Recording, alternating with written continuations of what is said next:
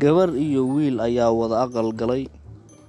Waqtigii la seexan lahaa marka la gaaray, gabadhii ayaa wiilkii ku tiri, "Habiibi, waad ogtahay ani guur hadda ayaa iigu horeyso. Galmadana waxba ka garan maayo.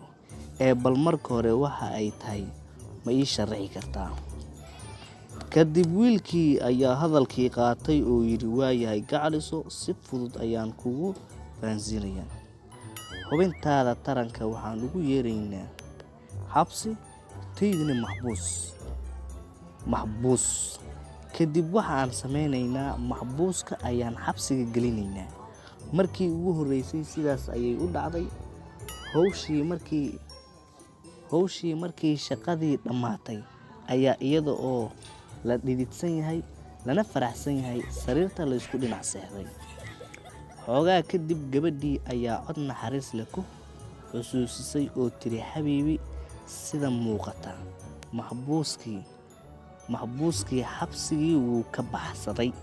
Kadib wiilkii oo dhoola cadeynayo intuu dhinaceeda isu soo rogay ayuu dhegta ugu sheegay, "Waayahay, aan xabsiga ku soo celinno maxbuuska." Sidii ayaa mar labaad loogu tuurtay, ileen gabadha ciyaarta ayaa la macaatay. Xoogaa kadib ayay sidii oo kale dhacday. Habiibi maxbuuskii mar labaad ayuu baxsaday. Kadib wiilkii ayaa ku jawaabay mid la mid ah tii hore. Shaqadii ayaa mar kale lagu ceshtay.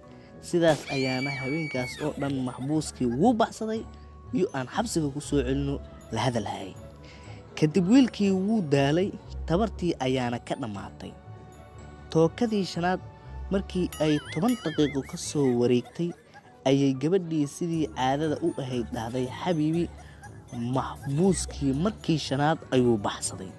Marka ay afkeeda ka sii baxaysayna wiilkii oo qaylo dhagaha ugu bajiyay ayaa yidhi, "Naa hoogto, maxbuuska ma in xabsi daa'im lagu xukumay baad mooday?